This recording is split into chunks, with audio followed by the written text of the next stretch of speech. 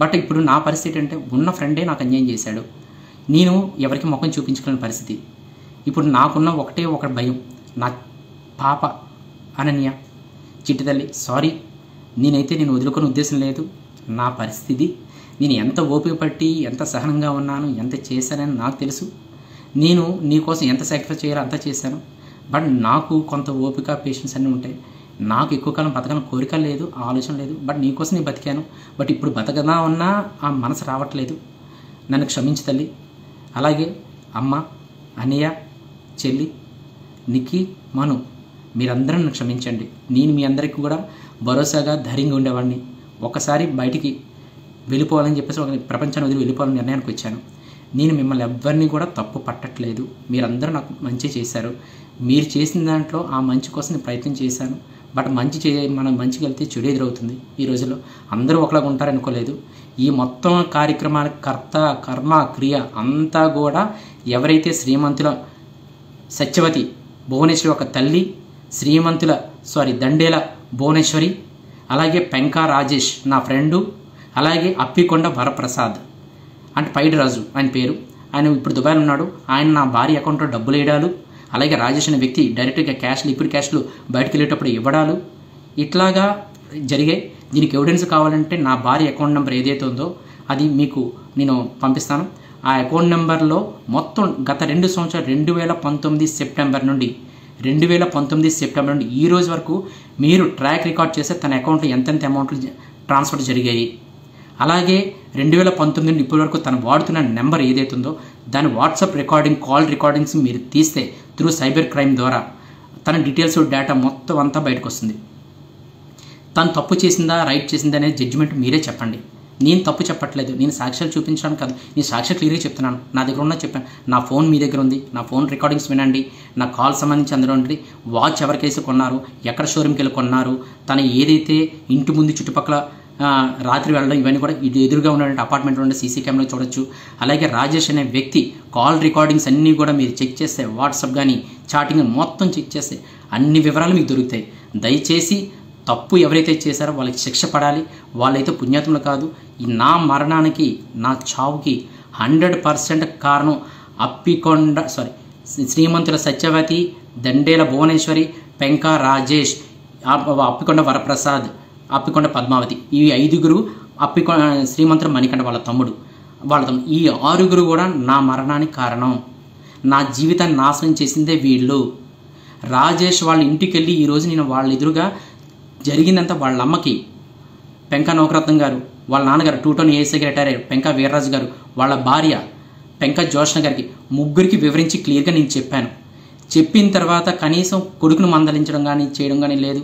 రెండోది వాడు చేసిన తప్పును వాడు కప్పిపుచ్చుకుంటా నీకు హెల్ప్ చేద్దామని హెల్ప్ చేసే వ్యక్తి భార్యతోటి నువ్వు చేయాల్సిన హెల్ప్ ఏంటంటే నీ భార్య ఫోన్ చేసింది ఏం చేయమంటావు అడగాలి తప్ప నువ్వు గత 6 నెలల నుండి నువ్వు చాటింగ్లు చేసుకొని ఈరోజు ఫోన్ చేశాను నీ కొత్తగా నాకు చెప్తే నేను వేరేవాడు కాదు కదా, నేను చదువుకున్నాను. నువ్వు తప్పు చేస్తున్నావా లేదని నీ చాటింగ్లో నేను చూశాను. ఇంత అన్యాయం చేస్తావని ఏ రోజు నేను ఎక్స్పెక్ట్ చేయలేదు.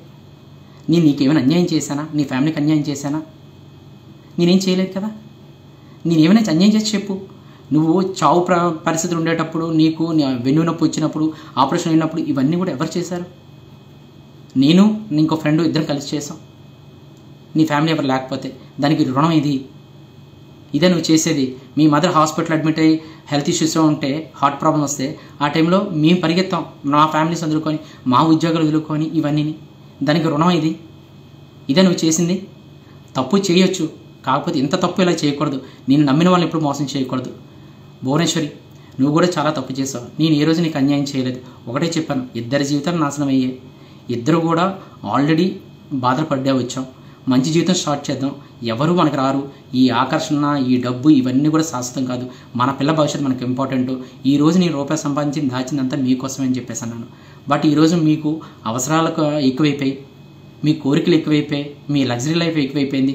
దాన్ని మందలించే వాళ్ళని నేను అడిగితే నా మీద కలబడిన సందర్భాలు ఉన్నాయి. నన్ను మానసికంగా హింసించిన రోజులు ఉన్నాయి. అలాగే మీ అమ్మ కావచ్చు, మీ అక్క కావచ్చు, మీ తమ్ముడు కావచ్చు, మీ బావతో ఉన్న రిలేషన్షిప్ కావచ్చు. నీకు మీ బావ కూడా డబ్బులు ట్రాన్స్ఫర్ చేసేవాడు. ఎందుకు ట్రాన్స్ఫర్ చేస్తారు?